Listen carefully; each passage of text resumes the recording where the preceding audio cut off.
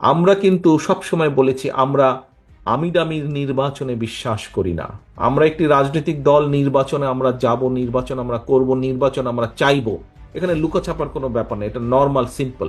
জনগণের সমর্থন আমরা পাবো, বেশি পেলে আইন অনুযায়ী, নিয়ম অনুযায়ী, দেশের সংবিধান অনুযায়ী যা হবার সেটিই হবে।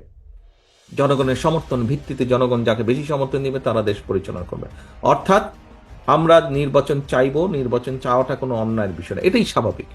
এখন নির্বাচনকে যদি ফেস করতে হয়, আমরা আমির নির্বাচনে তো বিশ্বাসী না, আমরা আমরা নিশিরাতের নির্বাচনেও বিশ্বাসী না, আমরা ভোট ডাকাতের নির্বাচনেও বিশ্বাসী না।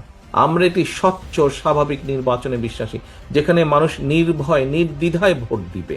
আমরা সেই নির্বাচনে বিশ্বাসী, মুক্তভাবে ভোট দিবে।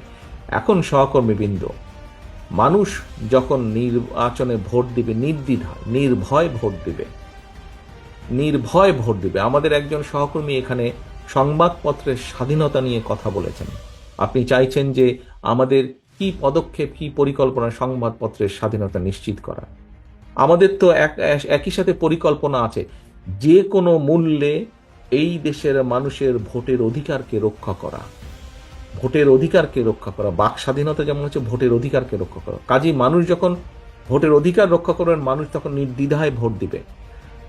যেহেতু আমরা বিশ্বাস করি না নিশিরাতের নির্বাচনে, আমরা বিশ্বাস করি না আমির নির্বাচনে, কাজেই মানুষকে মুক্তভাবে ভোট দিতে হবে। এবং মুক্তভাবে যখন ভোট দিবে মানুষ, তখন কিন্তু মানুষ অনেক কিছু বিবেচনা করবে, চিন্তা ভাবনা করবে, তারপরে সে ভোট দিবে।